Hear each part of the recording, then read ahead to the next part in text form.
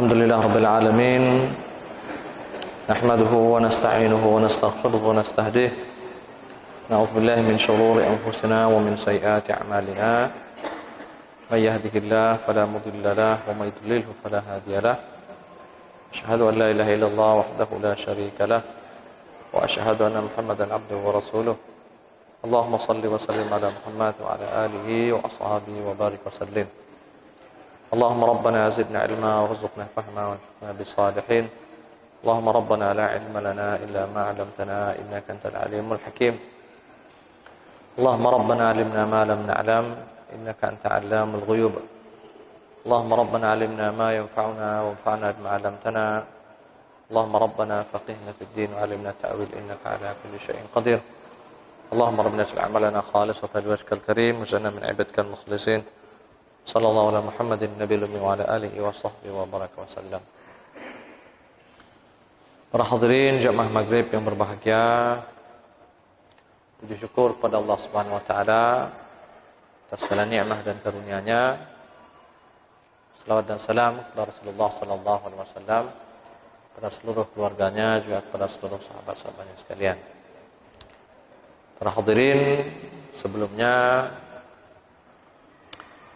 saya ingin mengingatkan kita semua untuk sama-sama berupaya disiplin ya, dalam masalah menjaga diri dari penularan COVID-19. Nah, ini bukan pesan dari siapa-siapa.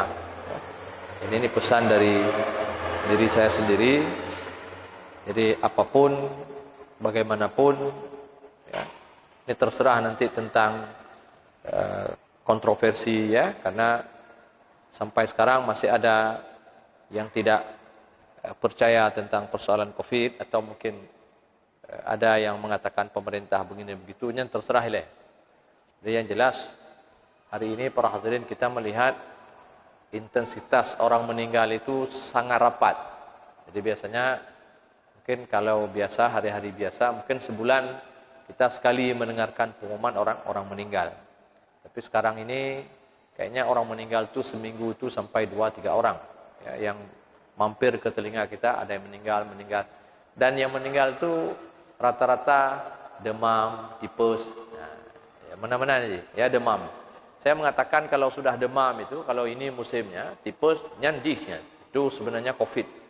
Cuman kalau kita buat rumah sakit biasa, apalagi kalau diimpus di rumah itu, kita tidak punya alat untuk mendeteksi apakah dia itu COVID atau tidak. Ini terlepas dulu daripada berbagai macam isu ya. Tapi yang jelas hari ini faktanya adalah banyak orang meninggal. Ya, itu faktanya sekarang.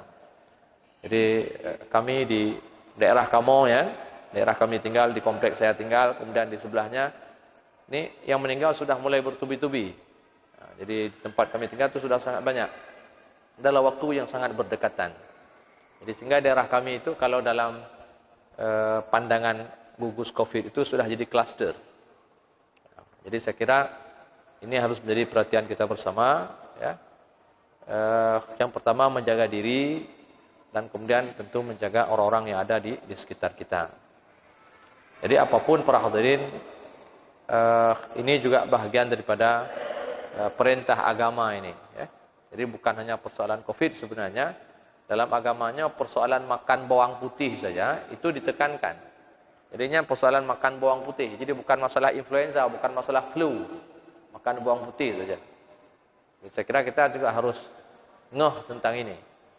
Jadi Nabi dalam satu hadis pernah mengatakan, man akala min hadhihi syajarah pada yaqlubanna musallana yu'dhina min rihit thawb. Atau kama qala sallallahu alaihi wasallam. Jadi Nabi mengatakan, siapa yang makan daripada pohon ini, maka jangan dekat-dekat musalla kami, jangan dekat-dekat tempat sembahyang kami, kata Nabi. Kami tersakiti dengan bau bawang putih. Jadi bau bawang putih saja, asalnya bau rokok saja kalau hari ini itu sebenarnya terlarang untuk berjamaah. Apalagi misalnya kita datang menebarkan penyakit kepada orang lain. Yang bau bawang putih, lun hana lun damah-damah. Jadi yang lain kita bisa analogikan sendirilah.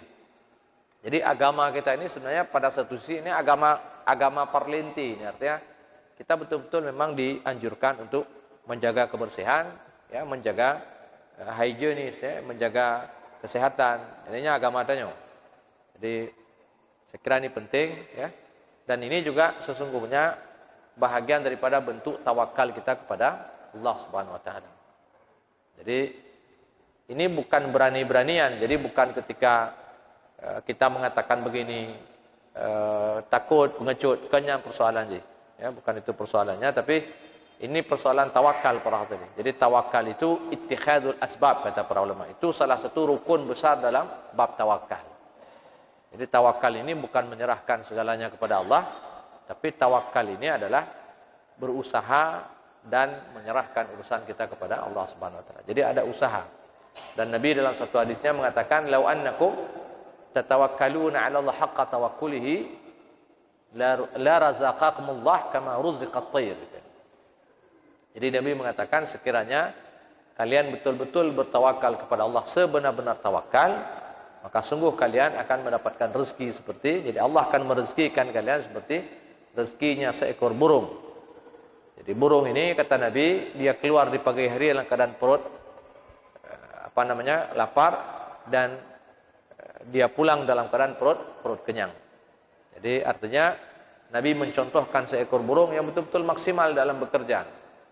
Jadi dia bekerja dari matahari terbit sampai matahari terbenam. Jadi from the sun to the sun, ini kawat putih ya. Jadi dari matahari terbit sampai matahari uluk. Betul-betul maksimal dia bekerja. Nah, maksimal bekerja inilah namanya tawakal. Jadi disitulah rezeki akan mengalir kepada burung tersebut. Nah, jadi bukan hanam dalainya kata takdir Allah. Cimadub takdir Allah para hadirin. Semua Allah sudah menakdirkan. Jadi kita berusaha tidak usahanya kajalah katanya. Tapi agama kita ini juga melarang kita. Ini haram hukumnya berhujjah dengan takdir. Karena takdir itu persoalan gaib, tidak ada siapa yang tahu.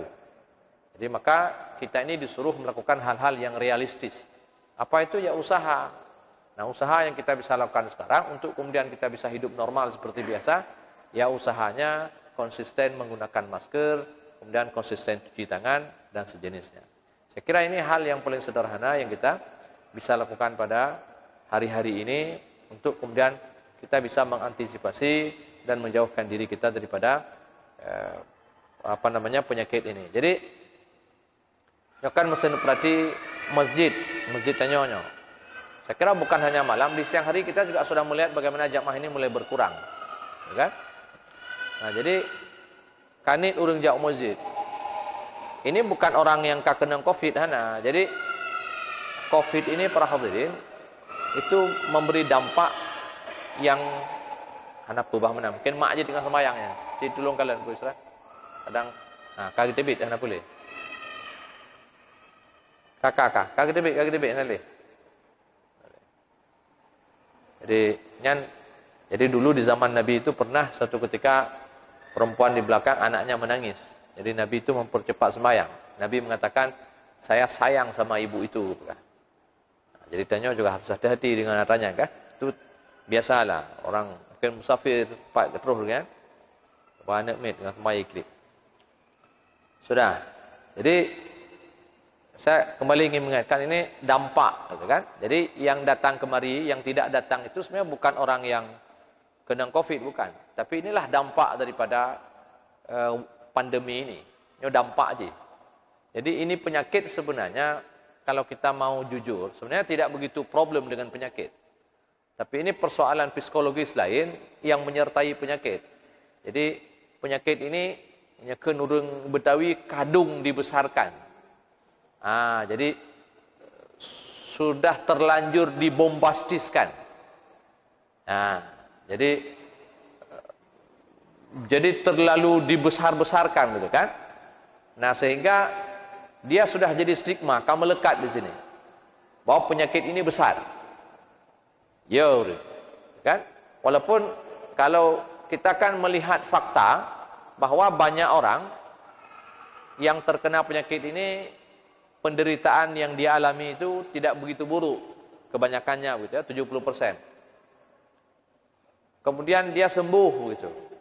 Kecuali sedikit ya, hanya berapa persen yang kemudian meninggal dan itu pun karena ada penyakit penyerta biasanya. Jadi tidak begitu buruk sebenarnya. Ya, anak tak buruk dan kemudian pelam lah. Tetapi meskipun begitu, karena sudah terlanjur dibesarkan sedemikian rupa, akhirnya itu menjadi begitu menakutkan. Nah, jadi orang ialah kadung pada pegang, jadi orang sudah terlalu takut begitu, kayo. Nah, karena takut inilah yang itu berdampak kepada sosial, berdampak kepada ekonomi, berdampak kepada pendidikan, macam-macam berdampak karena takut. Karena berat hati, kan? Karena dulu itu terlalu dibesar-besarkan. Nah, sehingga pada hari ini orang tidak mengatakan sakit COVID, tapi orang mengatakan positif COVID. Padahal positif saja, positif belum tentu sakit. Tapi asal positif kaya orang. Padahal belum tentu sakit. Sebegitu dibesarkan penyakit itu. Padahal kan kalau tidak sakit kan tidak mengapa, kan kira-kira begitu logika sederhana kan. Sampai pemerintah itu melalui Kementerian Kesehatan itu sempat mengatakan itu. Bahwa sekarang kita buang istilah, tidak ada lagi stigma positif. Yang ada sekarang sakit COVID. Tapi sudah terlanjur Pak. Ini penyakit ini sudah terlanjur dibesarkan di awal dulu. Sehingga dia begitu mengerikan dan sampai sekarang kita susah membuang stigma positif itu. Orang sekarang bukan sakit COVID dibilang, positif COVID.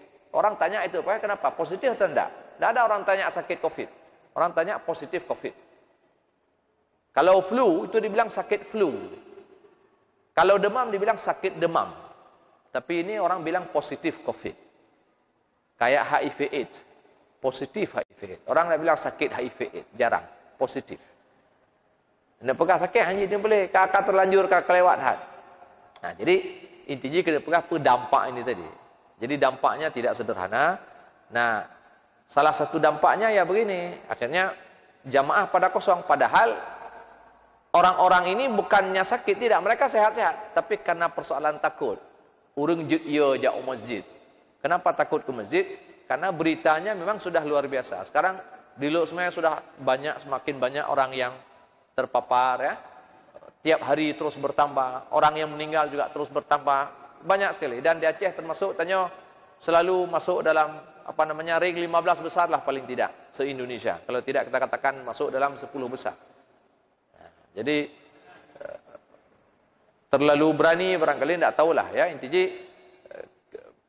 penularannya sangat cepat bandingkan kalau dulu tanya cuma satu ya.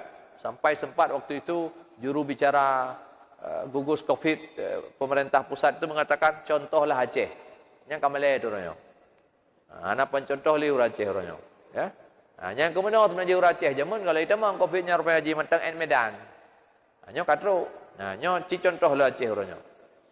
Nah, maka jadi saya kira ini penting para hadirin ya, untuk kita jaga bersama supaya lonjakan ini tidak terus masif dan paling tidak bisa dikendalikan karena berefek.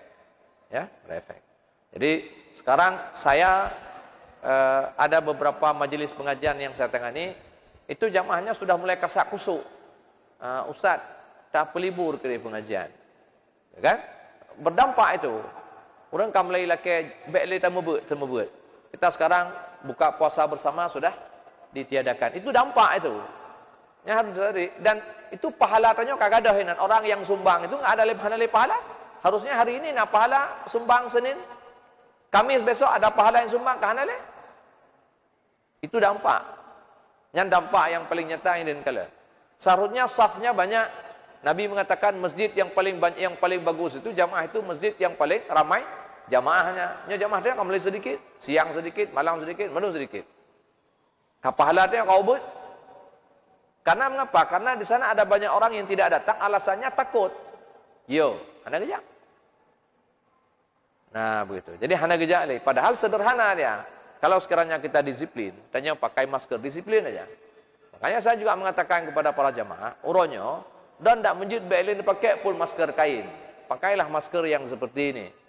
Kenapa tidak masker kain? Karena kondisi kita hari ini sudah tidak lagi seperti dulu. Menyejaman tanya mungkin masih jarang-jarang.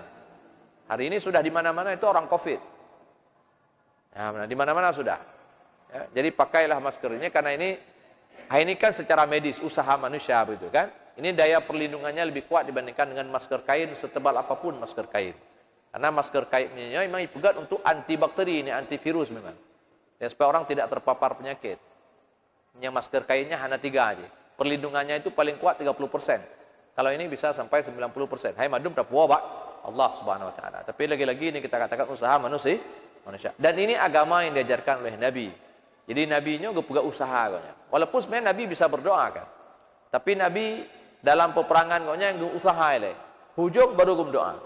Gua usaha. Baru gum doa. Jadi harusnya semua kita seperti itu. Jadi kita berusaha dan pada masa yang sama kita serahkan kepada Allah Subhanahu wa taala. Karena dan kita sekarang tidak tahu apakah betul nanti vaksin dan segala macam. Dan lagi-lagi ini semua ikhtiar begitu kan. Jadi kalau tentu vaksin itu akan datang pada akhir Desember atau awal Januari ada perayaan. Nah, tapi cara yang paling sederhana ya berupayalah hidup sehat, mungkin yang paling sederhana ya pakai masker. Jadi saya kira ini perlu saya ingatkan para hadirin karena mengingat kondisi kita pada hari ini sudah semakin mencekam saya lihat. Dan mencekamnya yang lagi masjid gitu kan. Menyebab kedai kopi hanya mencekam. Nyam problemnya kedai kopi hanya masalah aja. Yang pas sih wadah gelak kebek. Nyo tak pupre kedai bu ustaz. Yang pas takkan tahu buat. Tajak pak kedai kopi dia buat. Nyam tak pedang jamaah kedai kopi sang ramai mentau. Jadi akhirnya orang ambil alasan di sini kan sayang itu. Jadi jamaah hana covid atau jamaah atau sikula covid. Nempu covid. Yang hana covid kedai kopi ngon pilkada yang hana covid. Nyantu na pilkada hana covid pak. Jadi kira-kira begitulah kan. Jadi hana doa aja tanya. Tapi makanya ini dampak ya, subhanallah.